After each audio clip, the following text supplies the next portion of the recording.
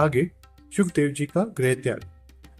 सूत जी बोले, तदनंतर सुखदेव जी के आगमन का समाचार पाकर राजा जनक उनके अपने मंत्रियों सहित गुरु पुत्र को आगे करके उनके पास गए। राजा जनक ने पूछा, महाभाग, आप बड़े निष्प्रत महात्मा हैं। मुनिवर, किस काम से आपका यहाँ पधारना हुआ, बताने की कृपा कीजिए। सुखदेव जी बोले, महाराज, पिता व्यास जी ने मुझे कहा कि तुम विवाह कर लो, क्योंकि सभी आश्रमों में उत्तम गृहस्थ आश्रम ही है। परंतु उनकी आज्ञा को बंधन कारक मानकर मैंने उसे स्वीकार नहीं किया। मैं संसार के बंधन से मुक्त होना चाहता हूँ। मुझे क्या करना चाहिए, यह बताने की कृपा करें। जनक जी ने कहा, सुनिए, मोक्ष मार्ग का अनुसरण करने वाले ब्राह्मण को चाहिए कि पहले उसका यज्ञोपवीत संस्कार हो, तब विद्या पढ़ने के लिए वह गुरु के यहाँ निवास करे। उसका समावर्तन हो, तब वह विवाह करके गृहस्थाश्रमी बन सकता है। मन पर अधिकार रखे, पुत्र और पौत्र हो जाने पर वानप्रस्थ हो जाए। तपस्या करके काम, क्रोध आदि 6 शत्रुओं पर विजय प्राप्त करे।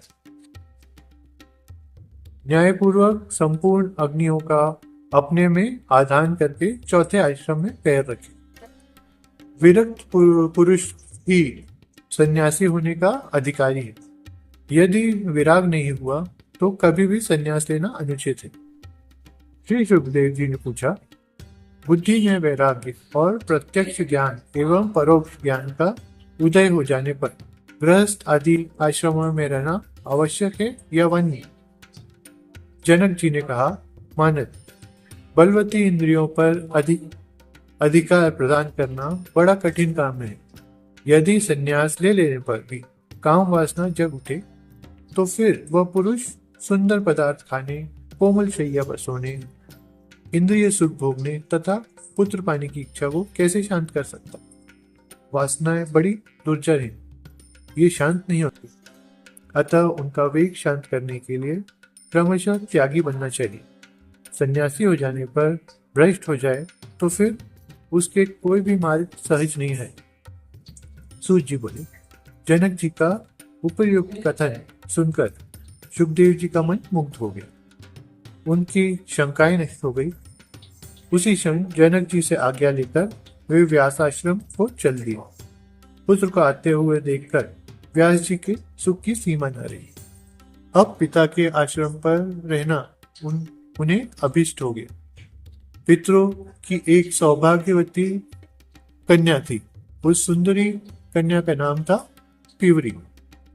योग पद के पथिक होते हुए भी सुखदेव जी ने उसे अपनी पत्नी बनाया।